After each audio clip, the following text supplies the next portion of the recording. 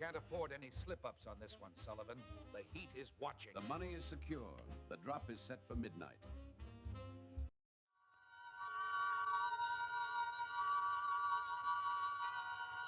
The Columbia Network takes pleasure in bringing you Suspense.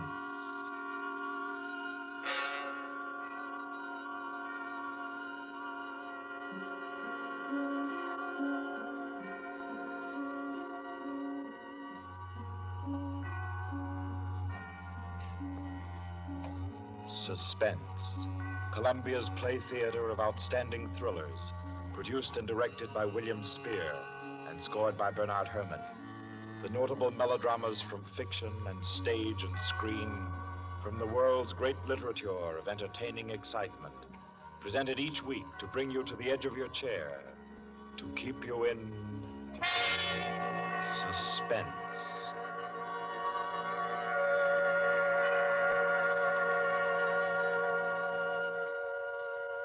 Tonight's story, by America's distinguished author-playwright Owen Johnson, gathers its suspense in a very gentle way. It doesn't have a spectacular finish, garnished with revolver shots. There are no graveyard watches. There's not so much as a single lifeless body, identified or unidentified. It's a tale told in a club room, the Artists and Writers Club in New York. A tale of high-class robbery and suspicion, and of how some ladies and gentlemen nervously counted 100 in the dark.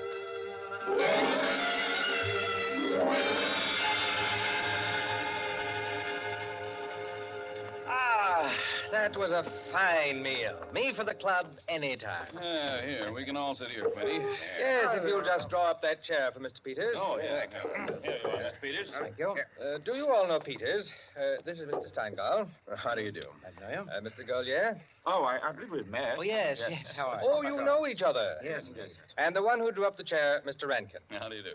Well, I guess we're all acquainted now. To get back to our table discussion, Quinny. Oh, yes. How about a drink? Who'll join me? Oh, yeah, pleasure. Fine. John. Well, now, Steingall, as I said, there are only half a dozen stories in the world. What is more to the point? There's every reason Yes, sir. What? Oh, 5 with soda, John. Yes, sir. Now, where was I? Oh, yes. What is more to the point, gentlemen, is the small number of human relations that are so simple and yet so fundamental that they can be eternally played upon, redressed, and reinterpreted in every language, in every age, and yet remain inexhaustible in the possibility of variation. Well, that's true, of course. It's very possible. Take the eternal triangle. 2 men and a woman, or 2 women and a man. Its variations extend to thousands. That right, Rankin? Well, in a way. Ah, here we are. Set them down right there, John. Very well, sir. A little soda. Here you are. Thank you. And you. Thank you. Soda, Peter? Yes, please. There. Another one. Here you are. Thanks. And here's yours. Thank you. And now, a little soda in mine. Well, here's to you all. Cheers.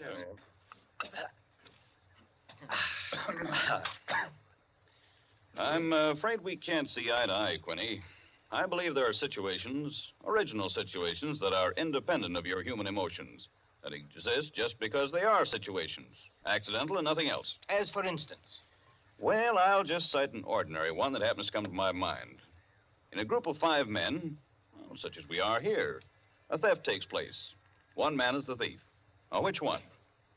Now, I'd like to know what emotion that interprets. And yet it certainly is an original theme at the bottom of a whole literature. It's not the same thing at all. Detective stories. I could answer that the situation you give can be traced back to the commonest of human emotions, curiosity. I think Quinny has you there, Rankin.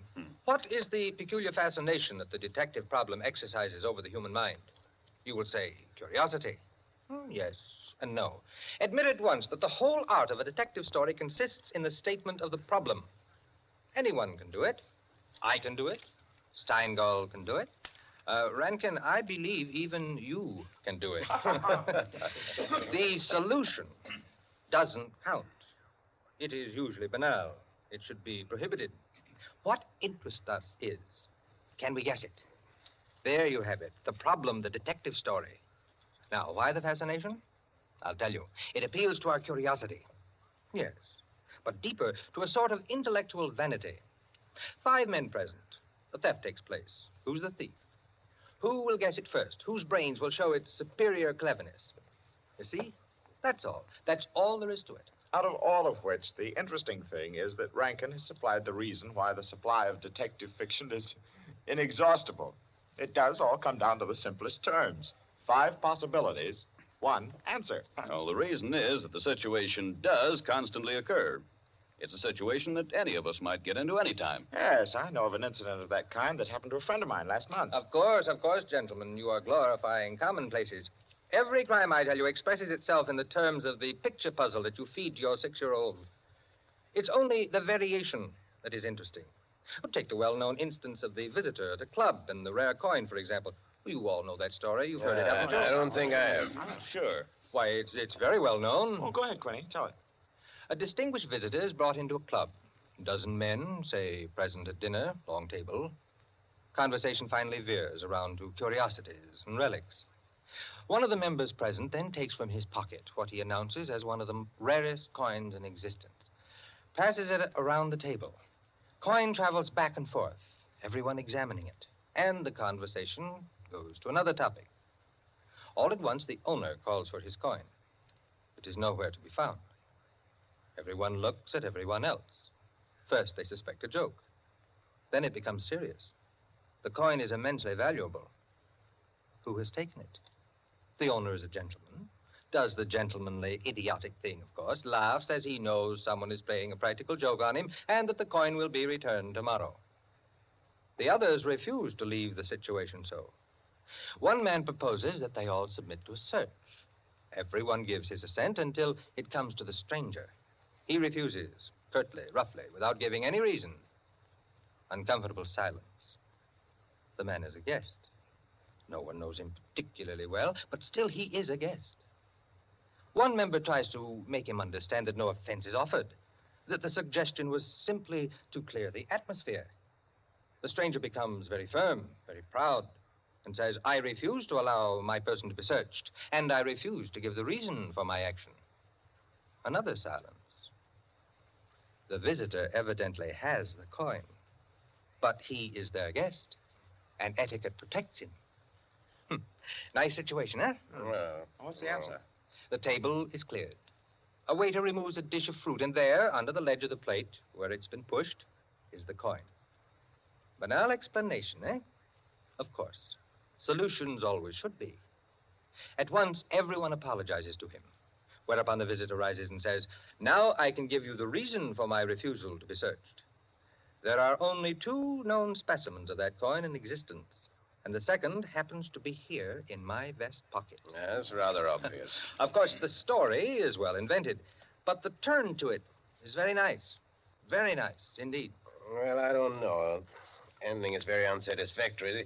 The visitor should have had on him not another coin, but something absolutely different, something destructive, say, of a woman's reputation. And a great tragedy should have been threatened by the casual misplacing of the coin. Well, I've heard the same story told in a dozen different ways. Oh, it's happened 100 times. It must continually happen. I know of one extraordinary instance. In fact, the most extraordinary instance of this sort I've ever heard. Peters, you rascal. I see you've been quietly letting us set the stage for you. Well, it's not a story that will please everyone, Why not? because you will want to know what no one can ever know. It has no conclusion, then. Yes and no. As far as it concerns a woman, quite the most remarkable woman I've ever met, the story is complete. Do I know the woman? Possibly. Probably, I should say. Uh-huh. As a matter of fact, this should be particularly interesting to you because I believe that most of you are acquainted with the people involved. The names, of course, are disguised. I think, yes, I have. Just time before I catch my train to tell it to you.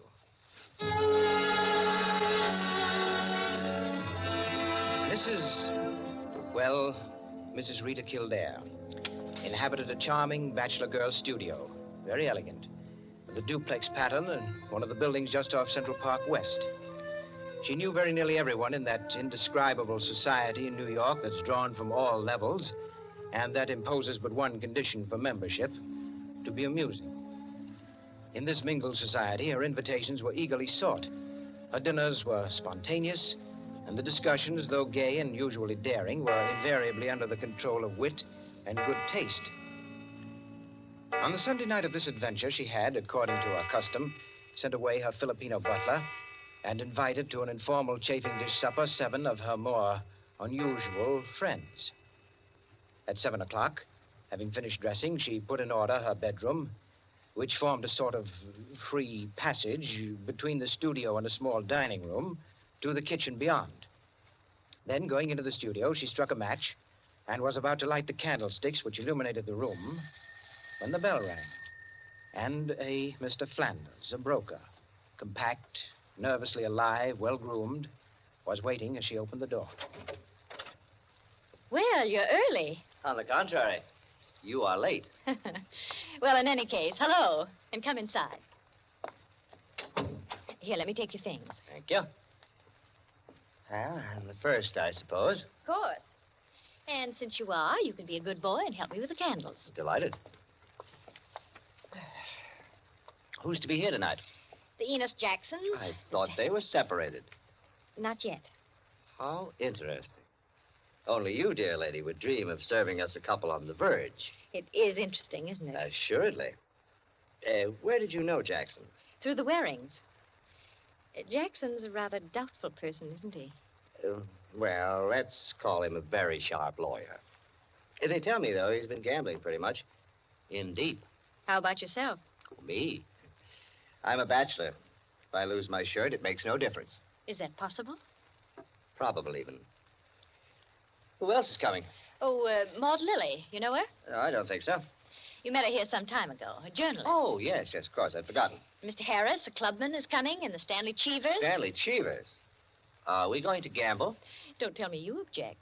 Certainly not. Only the Cheevers. They play quite a game. Yes, well united. They have an unusual streak of good luck. Oh, by the way, it's Jackson, isn't it, who is so attractive to Mrs. Cheever? Quite right. What a charming party. Where does Maud Lily come in? Don't joke. She's in a desperate way. And young Harris? Oh, he's to make the salad and cream the chicken. See the whole party. I, of course, am to add the element of respectability. Of what? Don't play baby with me, my dear Flanders. I apologize. That's better. No one, of course, knows who else is coming. No one, of course.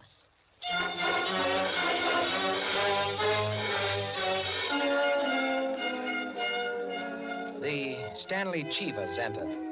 A short, fat man with a vacant, fat face and slow-moving eye, and his wife, voluble, nervous, overdressed, and pretty. Mr. Harris came in with Maud Lily. A woman, straight, dark, Indian, great masses of somber hair, held in a little too loosely for neatness, with thick, quick lips and eyes that rolled away from the person who was talking to her. The Enos Jacksons were late, and still agitated as they entered. His forehead had not quite banished the scowl, nor her eyes the scorn. He was of the type that never lost his temper, but caused others to lose theirs. Mrs. Jackson seemed fastened to her husband by an invisible leash. You looked at her curiously and wondered what such a nature would do in a crisis, with a lurking sense of a woman who carried with her her own impending tragedy. As soon as the company had been completed and the incongruity of the selection had been perceived, a smile of malicious anticipation ran the rounds, which the hostess cut short by saying, Well, now that everyone's here, this is the order for the night. You can quarrel all you want, you can whisper all the gossip you can think of about one another, but everyone is to be amusing. Also, everyone is to help with dinner. And nothing formal, nothing serious. We may all be bankrupt, divorced, or dead tomorrow, but tonight we'll be gay. That's the invariable rule of the house. Oh, she's the jolly good fellow, for she's the jolly good fellow, which nobody can deny. Oh, thanks, everyone. Now, if you'll excuse me, I'll get on with the cooking. Harris, I'll need you. Right with you. May I be of any help? Thank you, Ma, dear. Oh, Mrs. Cheever, you might come along, too. All right.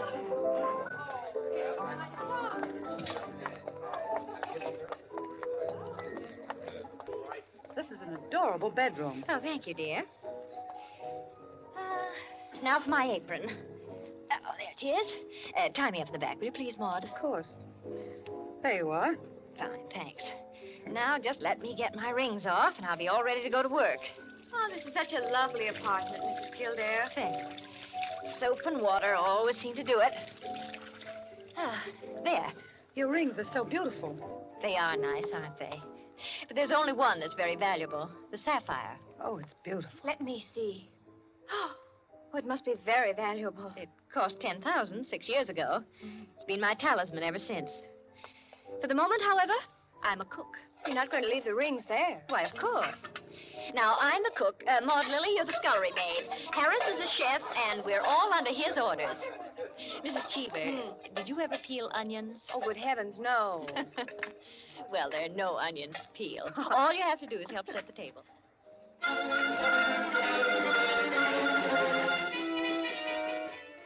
Under their hostess's gay guidance, the 7 guests began to circulate busily through the room, laying the table, grouping the chairs, opening bottles, and preparing the material for the chafing dishes.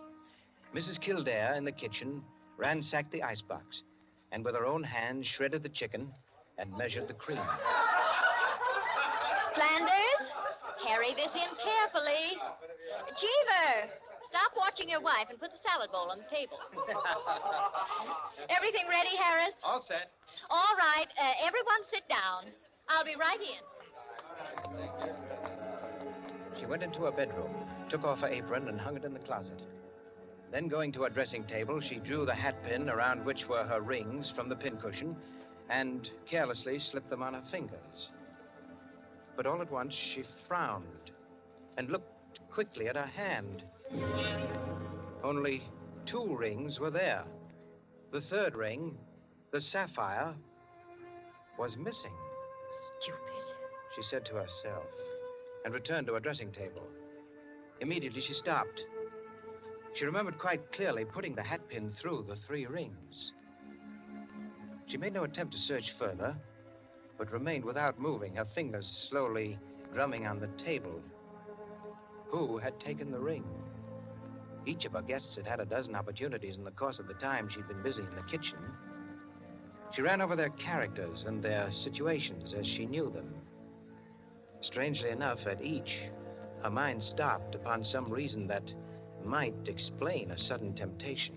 To find out nothing this way. That's not the important thing to me just now. The important thing is to get the ring back. And slowly, deliberately, she began to walk back and forth, her clenched hand beating the deliberate, rhythmic measure of her journey.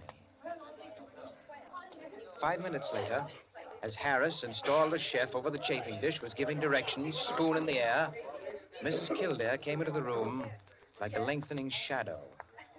Her entrance had been made with scarcely a perceptible sound, and yet each guest was aware of it at the same moment, with a little nervous start. Heavens, dear lady. You come in on us like a Greek tragedy. What is it you have for us? A surprise?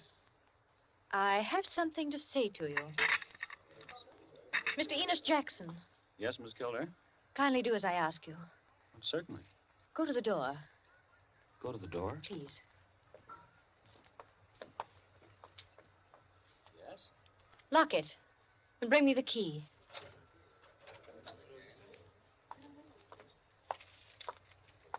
Here you are. You've locked it? As you wish me to. Thank you. Now, the bedroom door. Would you do the same? Sure.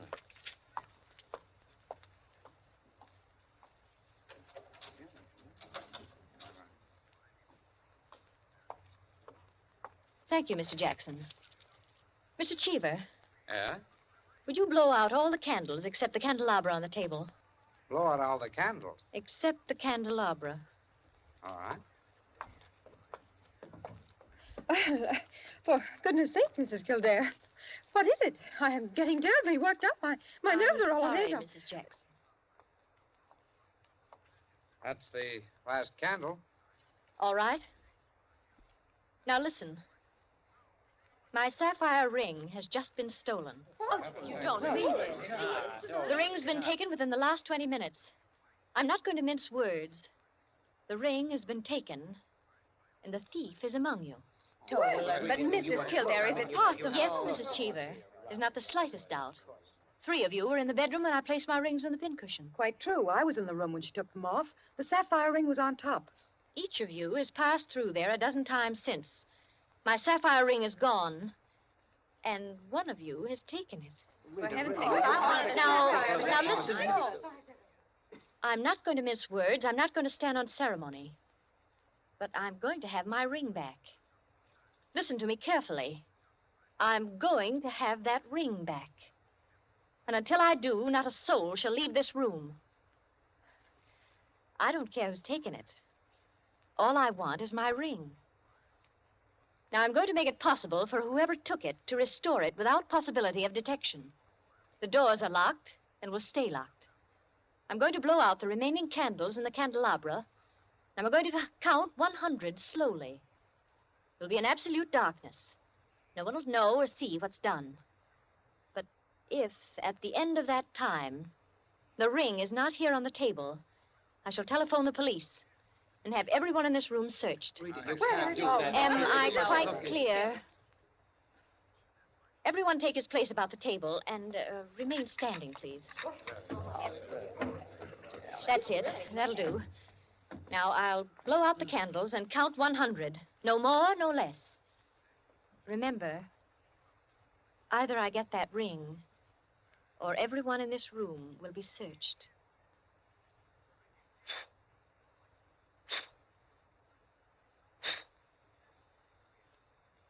One, 2, 3, 4, 5, 6, 7, 8, 9, 10, 11, 12, 13, 14, 15, 16, 17, 18, 19, 20, 21, 22, 23, 24, 25, 26, 27, 28, 29, 30, 31, 32, 33, 34, 35, 36, 37,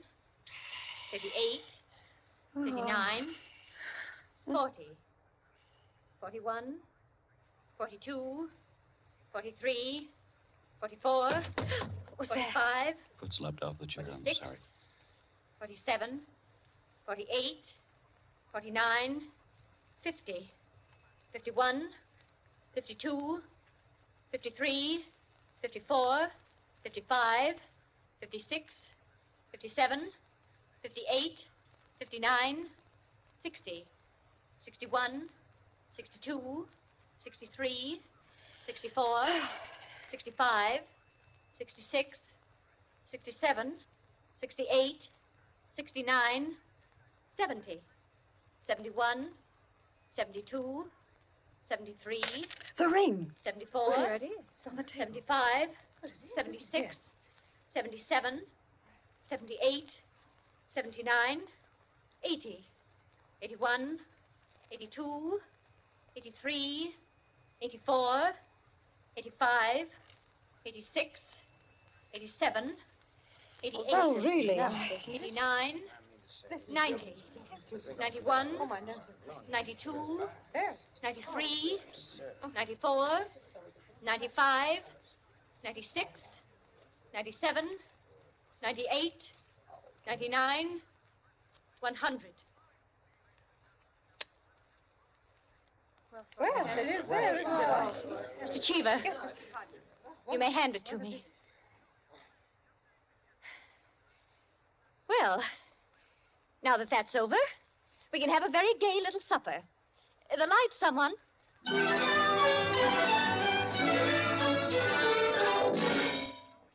And there you are, gentlemen. Oh, I say, Peters, that's not all. Absolutely. The story ends there? Story ends there. But who took the ring? What? You never found out? Never. No clue? None. I'm not sure I like the story. It's no story at all. Permit me, it is a story, and it is complete. In fact, I consider it unique because it has none of the banalities of a solution and leaves the problem even more confused than at the start. Well, I don't Of see... course you don't see, my dear Enkin. You do not see that any solution would be commonplace, whereas no solution leaves an extraordinary intellectual problem. Well, how so? Well, in the first place, whether the situation actually happened or not, which is in itself a mere triviality, Peters has constructed it in a masterly way, the proof of which is that he has made me listen. Any of those present might have taken the ring. There are therefore 7 solutions, all possible and all logical. But beyond this is left a great intellectual problem. Well, how so? Was it a woman who lacked the necessary courage to continue? Or was it a man who repented his first impulse? Is a man or is a woman the greater natural criminal? Oh, that's simple, Quinny. A woman took it, of course. On the contrary, it was a man, for the second action was more difficult than the first. A man, certainly. The restoration of the ring was a logical decision. You see? Personally, I incline to a woman, for the reason that a weaker feminine nature is strangely susceptible to the domination of her own sex. There you are. We could meet and debate the subject year in and year out and never agree. I recognize most of the characters, Peters. Mrs. Kildair, of course, is all you say of her. An extraordinary woman. The story is quite characteristic of her. Flanders, I'm not sure of, but I think I know him. I'm positive I do. Did it really happen? Exactly as I told it. The only one I don't recognize is Harris. Your humble servant. What? You, Peters? You were there? I was there. I was Harris. I beg your pardon, gentlemen. Oh, yes. What is it, John? Mr. Peters, sir, your train. You told me to remind you. Oh, thank you. Yes, I didn't know it was so late. Will you gentlemen pardon me? Huh? Of course. Nice to meet you all. Night.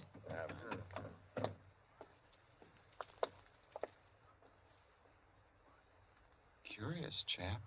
Extraordinary. Well, now, I wonder.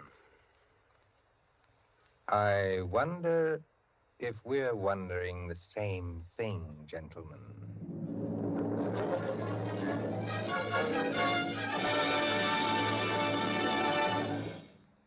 And so, with the enigmatic smile of Mr. Peters, or Harris, ends 100 in the Dark, Owen Johnson's smooth story which gave us tonight's Suspense.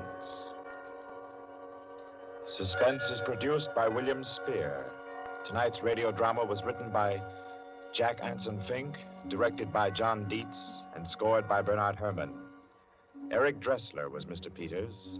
Alice Frost played Mrs. Kildair, and Ted Osborne, Quinny. Others in the cast were Helen Lewis, Joan Shea, Henriette Kay, Frank Reddick, Paul Luther, Stephen Schnabel, Ian Martin, and Barry Kroger. With this evening's performance, Columbia brings to a conclusion the present series of Suspense. If you've liked these broadcasts, CBS would be pleased to hear from you. Suspense has been a series presented for your relaxation and enjoyment by the Columbia Broadcasting System.